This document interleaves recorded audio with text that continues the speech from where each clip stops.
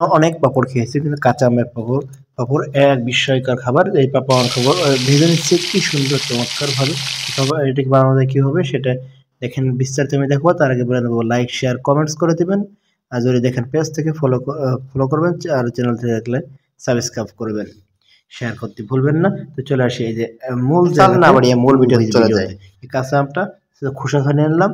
এবার কাঁচা আমের বিচি বের করে নিয়ে কুচি কুচি করলাম। কুচি কুচি করার পরে ওইটা এবার সাবুদানা 1 কাপ পরিমাণ সাবুদানা নিলাম, পানিতে 10 মিনিট ভিজিয়ে রাখবো। এই নাড়াচাড়া করলাম, নাড়াচাড়া করে এটা ভিজিয়ে রাখলাম। ভিজিয়ে রাখার পরে এবার ফ্রাই প্যানে 1 কাপ পানি নিলাম এবং সেই কুচি কুচি আমগুলো দিলাম। আমগুলো সিদ্ধ করতেছি, 10 মিনিট জ্বালিয়ে নিব। 10 মিনিট জ্বালানোর পরে ম্যাশ করব খুন্তি বা হাতা দিয়ে। ম্যাশ করা হয়ে গেলে যে কাজটা করব, এখন সাবুদানা দেখবো একবার আটাটা হয়ে গেছে। এখন ওই পানিটা ঝরিয়ে নিলাম। পানিটা ঝরিয়ে নিয়ে ব্লেন্ডারে দিলাম। এবার ব্লেন্ডার 1 কাপ পরিমাণ পানি দিলাম। পানি দিয়ে এটাকে ব্লেন্ড করলাম। ব্লেন্ড করার পরে এখন যে কাজটা করতে হবে, ফ্রাই প্যানে আমরা যে আম কুচি দানা নিয়েছিলাম সেটা এখানে ম্যাশ হয়ে গেছে। ওই ম্যাশের মধ্যে আমরা সাবুদানার এই ব্লেন্ডার ঢেলে দিলাম। ঢেলে দেওয়ার পরে 1 কাপ পরিমাণ পানি তো আগেই দিয়েছিলাম, এখন দেবো আর 7 কাপ, অর্থাৎ 8 কাপ পানি দিয়ে এক কাপ ভালো করে একটু লবণ দিচ্ছি। লবণ দিয়ে জ্বালিয়ে নিব।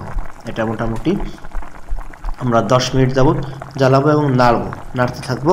যদি না নাড়ে নিচেই কিন্তু দানা পড়ে যাবে। অতএব নাড়ে সমান তালে সব দিকে মিশ্রণটা মিক্স করতে হবে।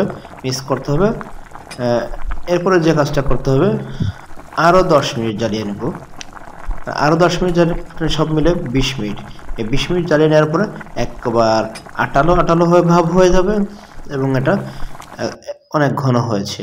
এর মধ্যে যে কাজটা করবো, ফ্রাই প্যান থেকে নামিয়ে নিলাম, চুলা থেকে নামিয়ে নিয়ে মরিচের গুঁড়া এবং দিয়ে দিলাম জিরার গুঁড়া, আর 3-4 ফোঁটা দিয়ে দিলাম ফ্রুট কালার, যেহেতু কাঁচা আমের সাথে সবুজ কালার দিয়েছি। দিয়ে এটাকে সুন্দরভাবে মিক্স করে নিচ্ছি।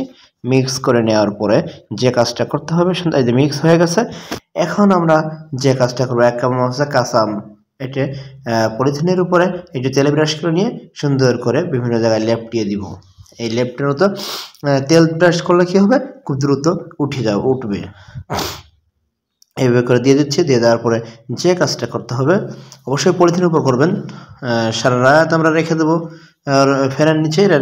রেখে দেওয়ার পরে সকালে দেখবো এরকম ট্রান্সপারেন্ট হয়েছে, কি সুন্দর করে উঠে গিয়েছে এবং দেখতে এতটা ট্রান্সপারেন্ট যে এপাশ থেকে অবশ্যই দেখা যায় আয়নার মতো।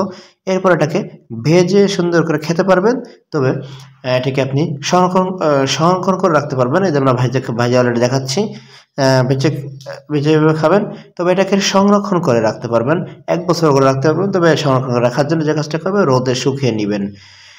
অবশ্যই এই ভিডিওটিকে যদি একটু ভালো লাগে, আপনারা লাইক শেয়ার কমেন্টস করতে ভুলবেন না। আর পেজ থেকে দেখলে ফলো করবেন, আর চ্যানেল থেকে দেখলে সাবস্ক্রাইব